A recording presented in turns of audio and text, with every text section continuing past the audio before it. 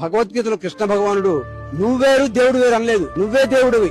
భగవద్గీత చదివిన తర్వాత తత్వమసి, అదే నీవై ఉన్నావు, జీవుడే దేవుడు అని చెప్పేది భగవద్గీత మాత్రమే. అహం బ్రహ్మస్మి, ప్రజ్ఞానం బ్రహ్మ, తత్వమసి, ఆయాత్మం బ్రహ్మగా వెలుగొందాలి. ఎంతసేపు దేవుడు బయట ఉన్నాడు, వెతుకుదాము, అక్కడికి పోదాము, ఇక్కడ పోదాం అంటాడు భగవద్గీత.